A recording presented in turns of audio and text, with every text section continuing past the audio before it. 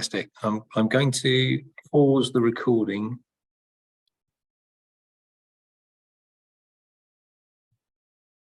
We can see you fine.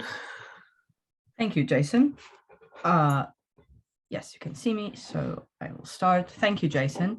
And I'd like to thank the UKWA Archive team for the opportunity to give this talk. As Jason said, my secondment at the British Library happened in the context of my doctoral program in digital humanities at the School of Advanced Study, which is part of Cleopatra, a Marie Curie innovative training network. In my doctoral project, I work exclusively with born digital sources, especially newspapers, although I also consulted social media and government pages. Previously, I worked as a researcher at the Portuguese Web Archive, the Arquivo.pt, and one aspect that both my time at the Arquivo.pt and my doctoral research have in common is my awareness of the fragility of web sources. So I have been working with these sources for the past 4 years, and I have faced quite a lot of issues regarding accessibility and in some cases, scarcity of content. And as a result, I was very keen on working with the UK Web Archive on building a collection, because I knew that instead of being on the receiving end of the experience, so using and questioning the archive, I would be the one searching the material and building a coherent collection. And so I want to start by talking about the scope of the collection, which is about the Queen's Platinum Jubilee, which is, you will probably know, marked the 17th anniversary of Queen Elizabeth's accession to the throne, and the height of which was the week between the 2nd of June and the 5th of June, where there were widespread celebrations all over the country and in some places in the Commonwealth. From February to the end of June, we archived 202 websites. As you'll be aware, the UK Web Archive can only archive websites that are within a UK domain or that are located in the UK. Most of what we archived were UK domain, or, as I said, websites or pages belonging to people we knew were based in the UK. And sometimes a little research was involved, as we had to search for the location of the website manager or the people responsible for the page. And in terms of topics, it was decided quite early on that it was very important to try and represent the UK as a whole and not just the big cities. Of course, we must add the caveat that London was where the Queen's birthday parade took place. And so inevitably there had to be a certain emphasis on the events taking place in London, particularly in the last websites we archived, which, as we'll see, correspond to the last weeks, and which were collected after the bank holiday. However, I think we succeeded in this effort, as I spent quite a significant amount of time looking for where the celebrations were taking place. And this meant archiving a good number of local government websites, such as the one we see in the image from Charlton King's Parish Council. And because while some of the local government websites just mention events, national events that are taking place, there were also a lot of public local events that were put up by the towns. And so one gets a very interesting glimpse as well into the cultural life of these places during this specific time. We also archived websites by national institutions such as the Royal Armed Forces, the Royal Mint, and several official Twitter accounts such as the Commonwealth Youth Council, the Historical Royal Palaces, the National Trust, etc. It was important that heritage and educational institutions were represented as well, so we archived pages belonging to the Science Museum, the Westminster Abbey, and the University of Buckingham, just to give a few examples. There were also several nationwide initiatives to celebrate the occasion. We had the Green Canopy, which was a tree planting initiative. There was also a competition to choose a new song for the Commonwealth. We had the Big Jubilee Read, which chose 10 significant books per each decade of Queen Elizabeth's reign.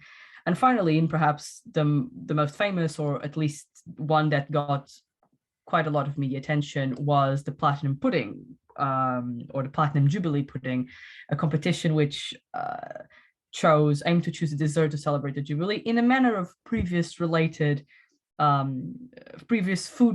celebrations, which gave us coronation chicken and Victoria sponge. And because it was a competition open to all, we took the opportunity to explore how people were preparing their entries. So we took to Twitter and we used the hashtag platinum pudding, and we archived a few tweets, especially those with pictures of the cakes that people had baked. And this was a bit arduous because, of course, we had to make sure that those Twitter profiles were based in the UK. But I think it was quite worth it because we did get a very clear glimpse into how a part of the public, at least, were celebrating the occasion and how they were reacting to the Jubilee and how they were reacting to the competition. And it was also quite important that the collection did not have an overly celebratory tone. And the intention was to portray this historical moment as it was lived at the time or in its time. And so we included views that were critical of the monarchy, such as web pages by the Republican Party in the UK, news concerning criticism by Commonwealth countries, such as when Jamaican campaigners demanded an apology from the royal family for colonialism. And finally, we included websites that concerned the aftermath of the bank holiday to try and understand the reaction of the royal family and how the celebrations took place in particularly in London, because that was where the big parade took place. And I wanted to talk a little now about the challenges of the collection. So in terms of technical challenges, the vast majority of the websites we archived contain mostly images and text. It's not sometimes easy to archive video or streaming, especially if it's from a third-party website, such as an embedded YouTube video. To my recollection, there are also no complex JavaScript, so I believe that the majority of what we archived is well reproduced. There were websites that we thought worthwhile to archive throughout a more extended period from February to September, so it could accompany the building up of the celebrations and also get a glimpse of the aftermath, such as the official Platinum Jubilee website or the Fortams and Masons website on the Platinum Pudding. And then there were pages that only needed one capture, such as the newspaper articles. And perhaps the most challenging part of this collection, and this also relates to the previous presentation, is the open access to websites. The website owner or manager has to authorize the public display of their pages in the archive, and so they have to be contacted and have to accept and give permission. And most of the websites so far are only viewable in either the British Library or the other institutions that guarantee access to the collections. And this is a little problematic because it does curtail access to the collection, and because the user obviously has to physically go to a place to access it. And there are, of course, reasons for this. And as we've just seen, there are concerns from website owners. But from the point of view of the researcher, it can be, I think, a little discouraging, especially as we only archive pages that were already open to the public before. So obviously we don't go into any logins or private accounts or even under paywalls. A very encouraging aspect, however, is that as I was preparing this presentation, I visited a few of the web pages that we had already archived, and some of them had some of them had already disappeared and could not be found. And so it's only been a few months. And so this perhaps more than anything really does show and really does confirm the need for web archiving. And there were also challenges from the point of view of the researcher/curator, so the people building the collection. And first, I think it's the obvious recognition that we cannot archive everything. The internet is a very vast place and content is being published at every second of every day. And even within small domains like national domains, there is so much content being produced. And from an historical point of view, I find this quite fascinating because until quite recently, and perhaps until the beginning of the 19th century, historians faced scarcity of sources. For instance, there are letters by Voltaire which are still lost. And I use Voltaire as an example because we have quite a lot of his writings, but even in his case, there are missing elements. Not to mention, of course, the difficulty in studying parts of classical and ancient history. And what we now have in many ways is the opposite problem. We have a wealth of information and sources, and historians and researchers have to do their part in selecting what they want to study and develop new methods to study large amounts of data. But curators, archivists, and librarians are the first in line of sifting, if we can call it this way. In this sense, the role of the curator and the web archivist, which I assumed during those months, involves a little guesswork, educated guessing, but still guessing. I had to imagine what would be relevant and what sort of questions researchers would want to ask of the source in the future. And I find it quite interesting that perhaps in 20 years, someone will look at the collection and say, I wish they had included more of topic X, or and perhaps that person will face the issue of scarcity in an age of abundance in a different way. And partly, of course, this has to do with the technical issues surrounding web archiving, such as the scope of the crawlers. But it also comes down to the inevitable choices made by web archivists. Finally, I want to finish this presentation by speaking a little about the benefits of collaborating with web archives, of having researchers collaborating with web archives. And I think it's very important that researchers, especially those in the social sciences and humanities, gain an awareness of the digital and the challenges that come with archiving digital material, particularly born digital sources, such as including websites and web pages.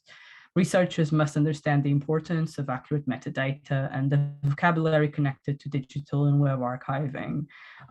These are the sources of the present, and they will increasingly be the sources of the future, and they are absolutely inescapable.